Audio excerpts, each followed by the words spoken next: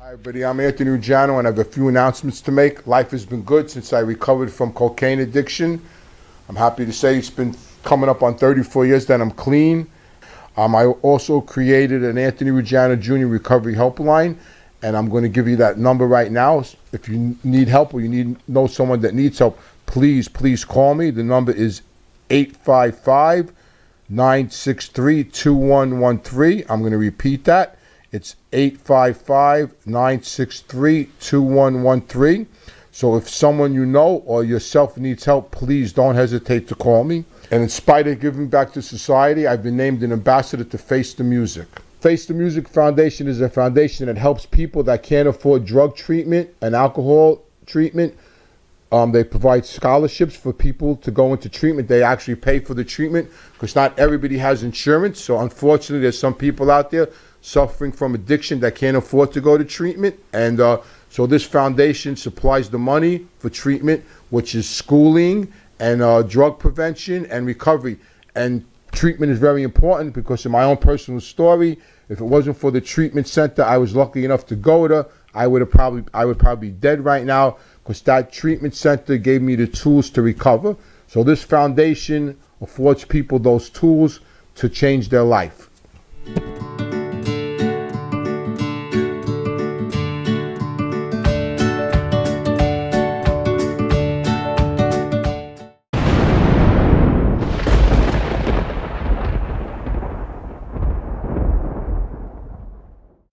Hi, my name is Anthony Ruggiano. I want to welcome everybody to Reformed Gangsters podcast, and I'm here with actor Leo Rossi. Maybe you can remember him from Analyze This, Halloween 2, and many more movies. He's a very well-known actor, and I want to welcome him to my podcast. Pleasure, sir. So Leo, I'm thinking about what I wanted to talk about, and I told you earlier, I'm always when I meet, you come from Philly, I come from New York, Italian American. I'm sure your grandparents immigrated from Italy. They did. From Sicily, just like my grandparents immigrated from Sicily and Naples. And and my father was a wise guy, as you know, and he became a wise guy the same year I was born in '53. A well-known guy. Right. And so I was born into that lifestyle, and he was my mentor. Your father was a dynamic guy. You became a successful actor.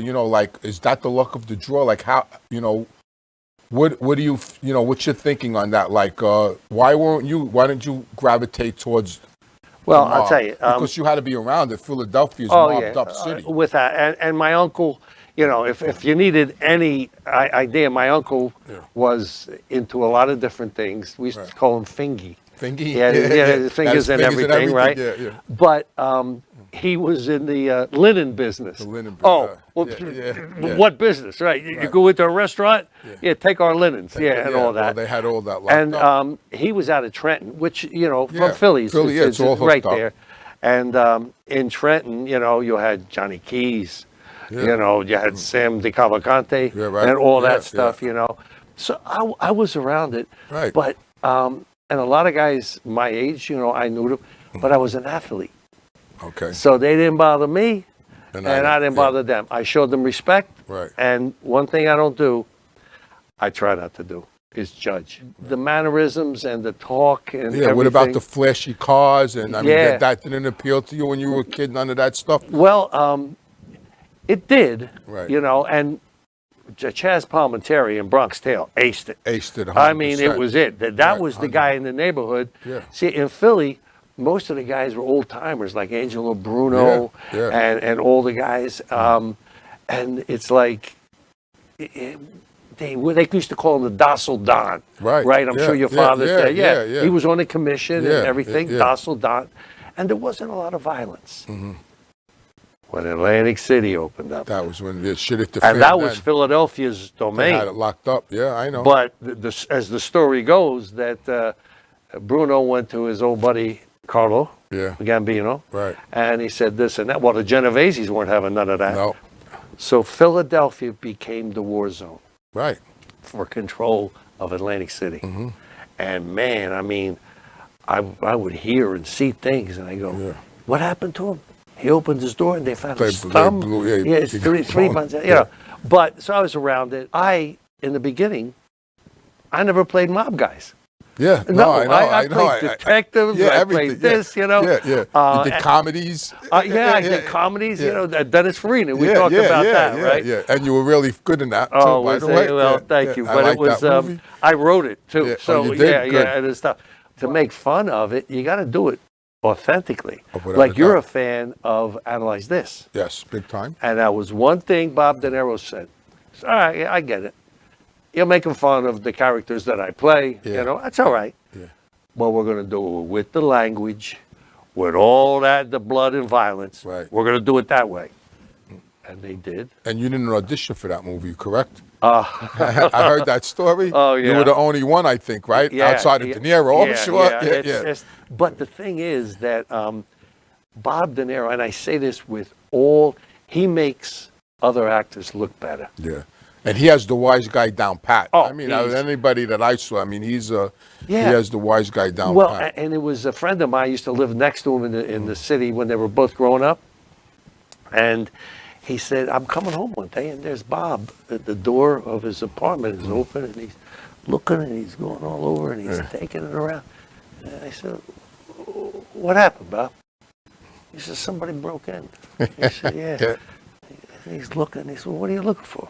He said, I got to find out how they did it. Yeah. I mean, and that's Studious. his curiosity. Yeah, of course. It's just a tribute to him, his longevity. Yes. Al big time. Pacino, I never worked with Al. Yeah. But, you know, they care. And they want you to look good. Yeah, right. I was working for my father. We were in the environmental and ecological refuse business. We were in the garbage Your father business. was always legit. Yeah, always was. Right. Now, you could do that in our area. You went up further north in Jersey, and you went in the boroughs. Right. Yeah. So he was your mentor. Your father, he was someone Yeah. you looked up to? Yep, and I went to law school, right? Oh, you did? I didn't For know. 1 year. Oh, okay. I still don't know what a friggin' easement is. I don't know what a fucking... Were you going to a criminal lawyer? What were you looking to become? Well, interesting what they do in law school. I'm sitting at... I didn't go to Penn, Ivy League. I went to Temple, which is a state school, right? And there were 300 in the class, and 3 years later, 100 would graduate. Penn would have 100 in their class, and 3 years later, 100 would graduate. Yeah, right. So we had a lot of attrition, Yeah. and I was an attritioner. Okay. You see mob hits, you see things. Yeah, of course. So we're sitting 300, and we're waiting our criminal law class, and down comes Peter Liakoris, who ended up being president of Temple, right? He comes down on stage, and he says, you know, everybody, we're going to, and he starts his rap. A guy comes right down the center aisle.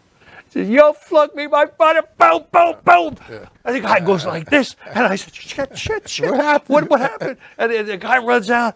And like, of course, maybe 20 seconds, he gets up. No, don't anybody, don't panic. He said, okay, what did the character look like that came in shooting? Everybody had a different character Yeah, look. of course, yeah. It was just like...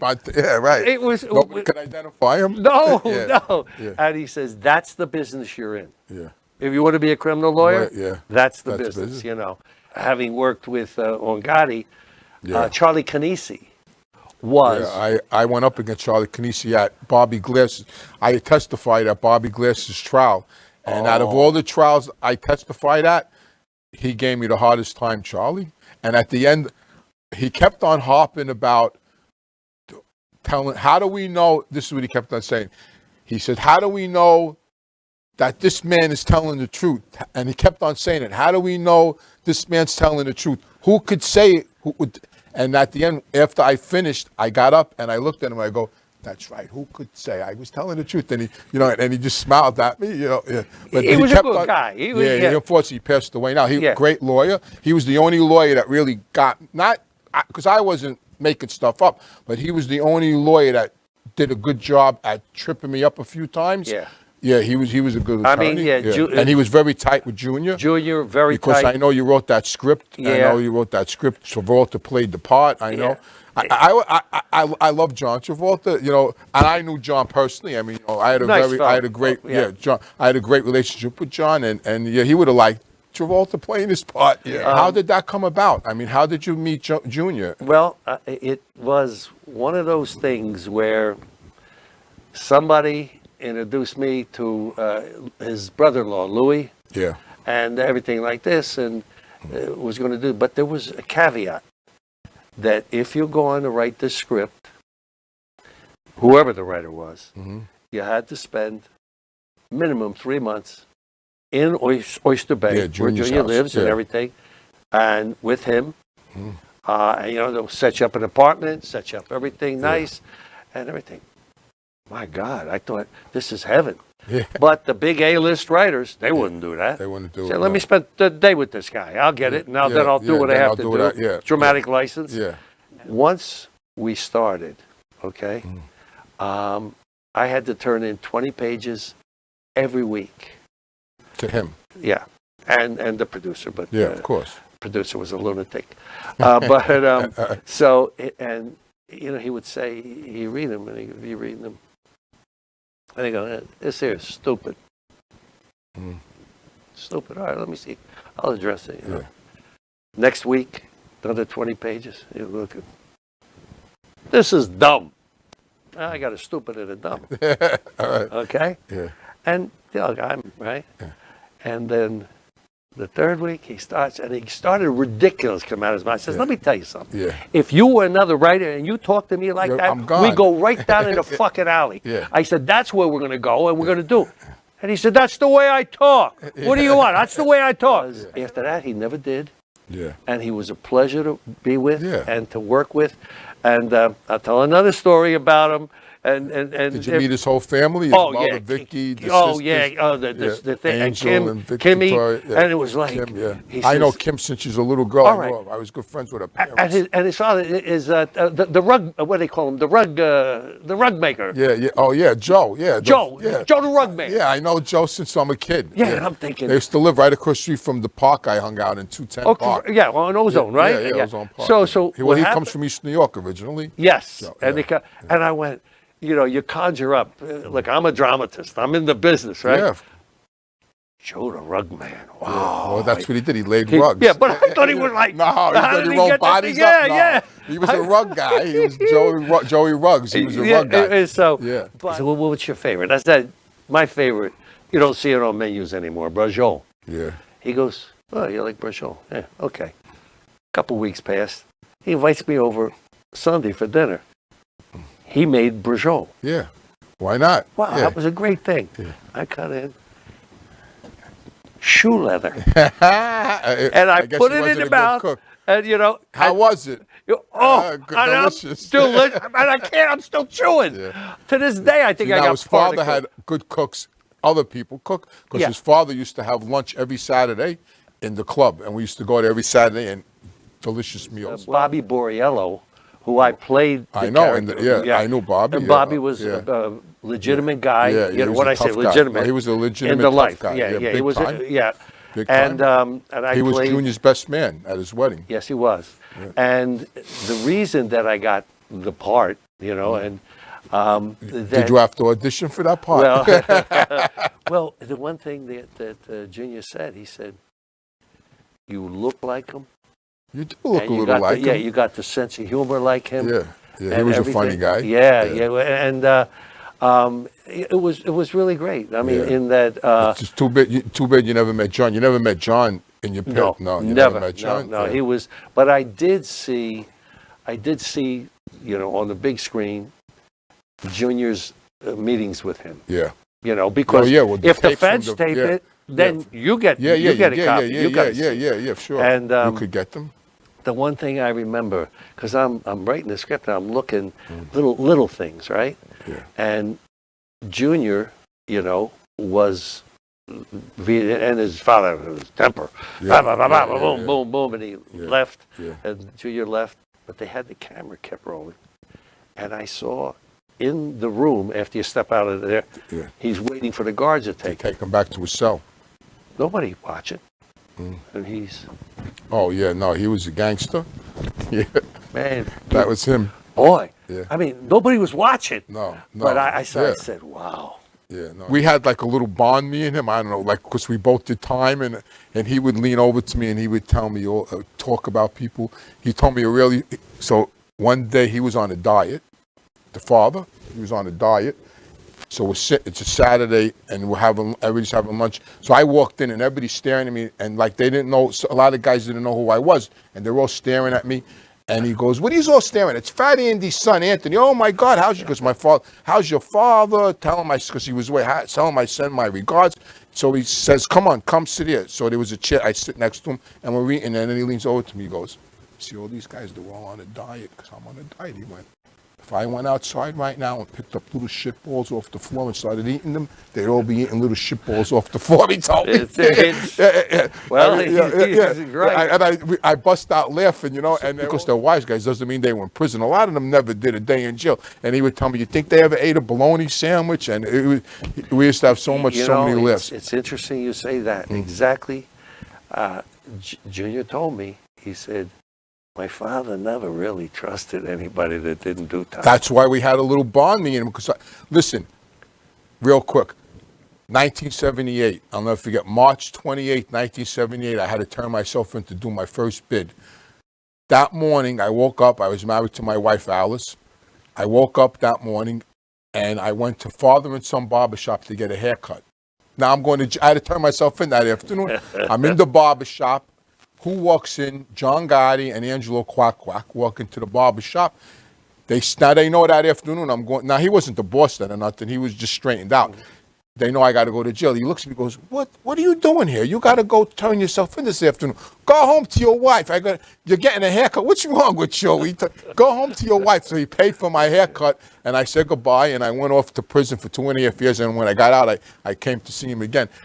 So we always had a good bond. Hi, everyone. I want to turn you on to an energy drink I found called Dino Luzzi. It's made in Italy. It's really good. It gives me a lot of energy. I drink it at my gym, where it's sold, and it's sold in other stores. So please go out and purchase one. I'm sure you'll enjoy it.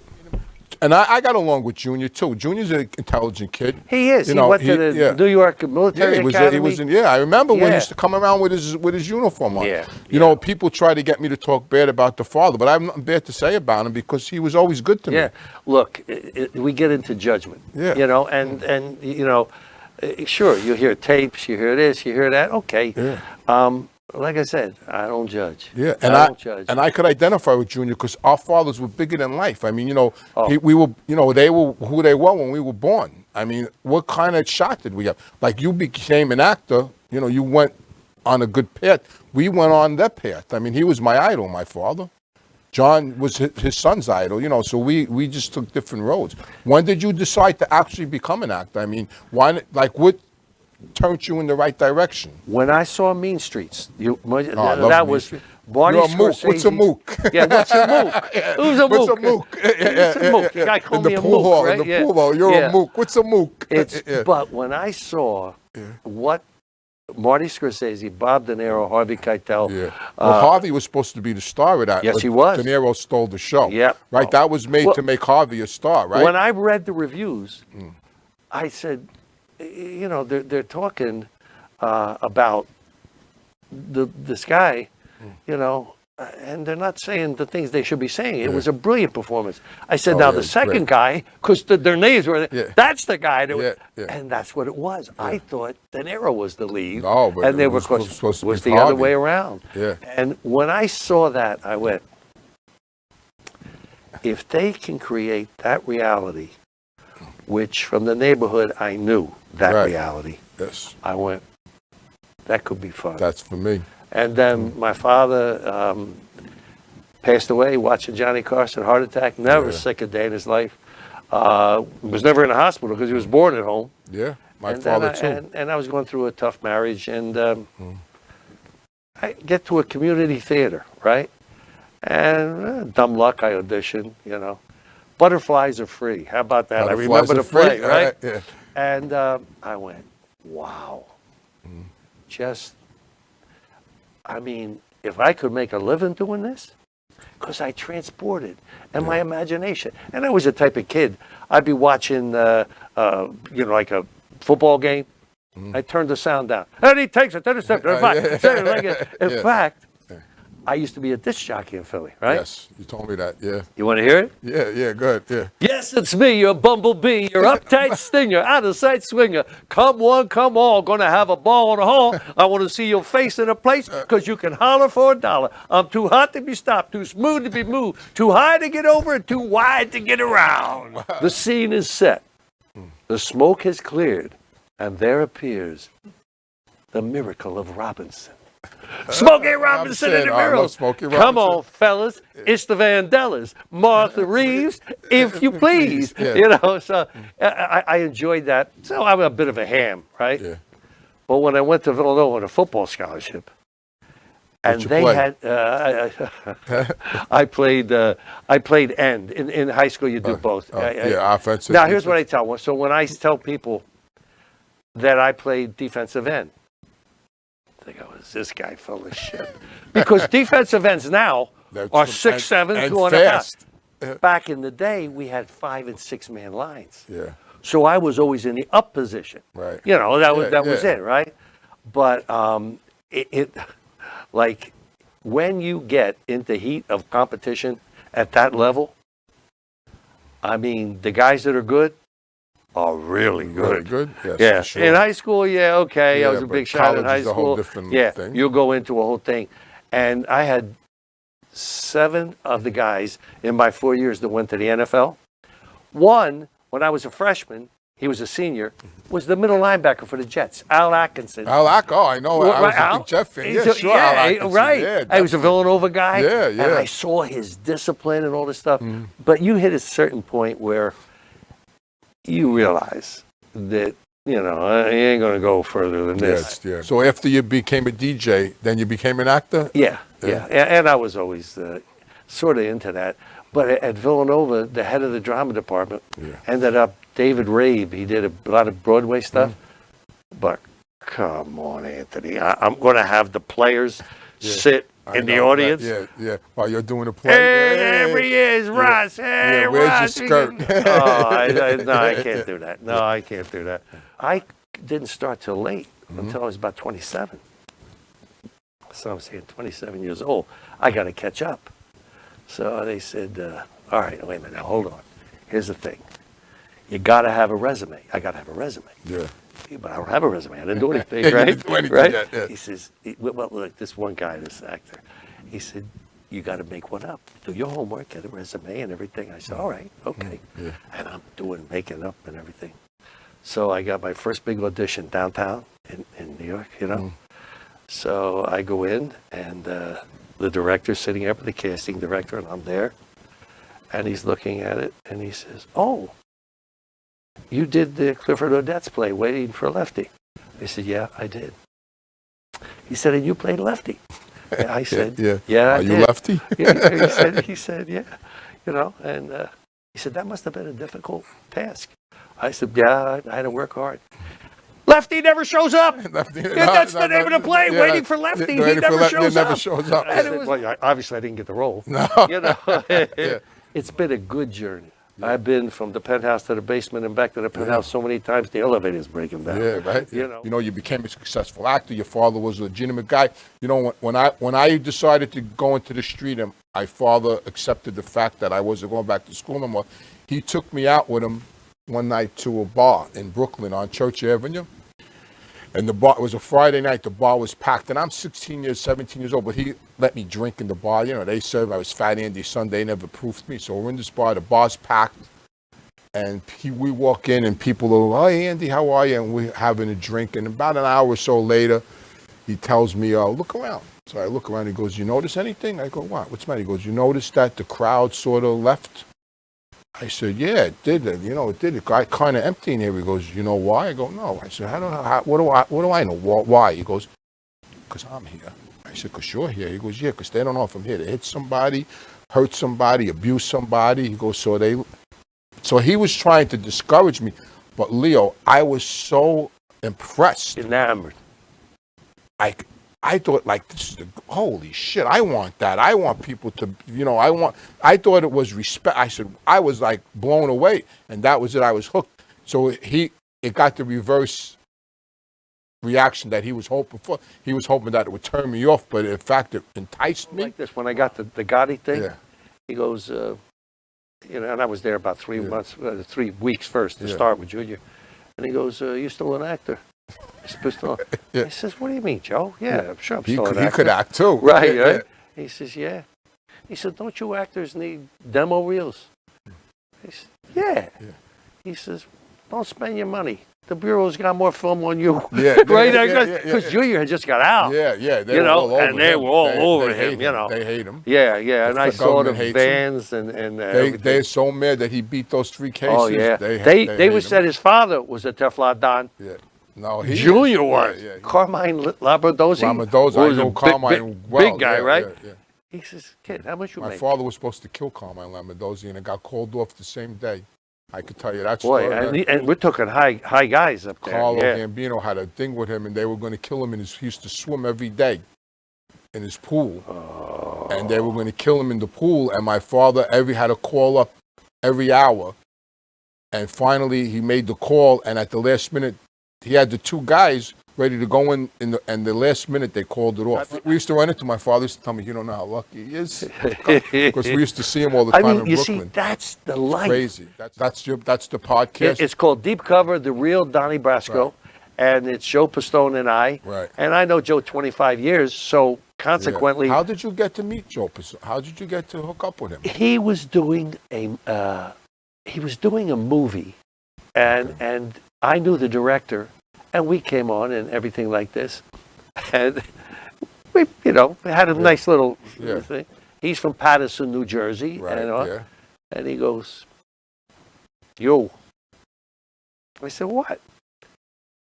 He said, you could never do what I did because you go like this too much. He said, you go like this. Yeah. And then Junior paid me the ultimate compliment. Yeah. At the end of it all, he said, you could do time. I have a personal question about him. Sure.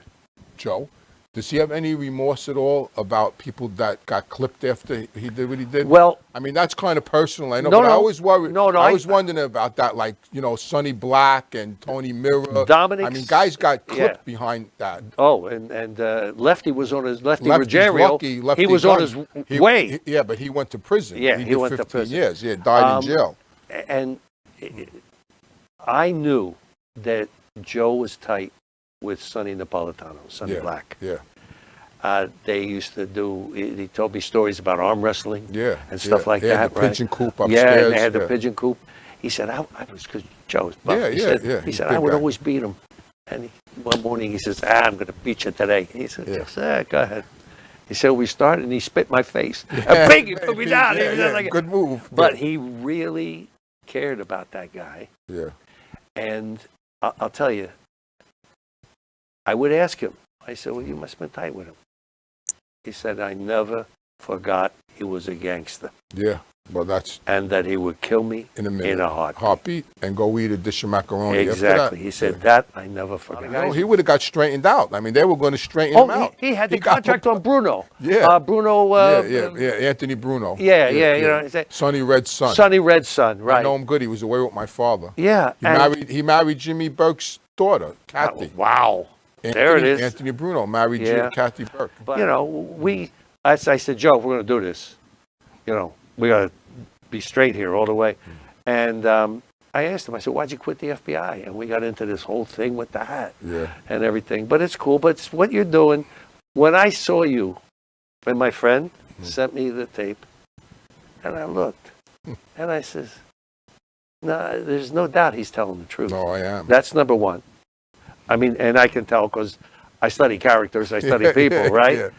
And then I said, and number two, I can feel the regret, through all of the great times, the regret of, I didn't know it was that long, 14 years, you said? Altogether, 14 years, know. And look where you've come. Bravo. Thank you. Bravo. Thank you for being on Reformed Gangsters. I appreciate it. A pleasure. Thank you. Okay, you got it. Okay.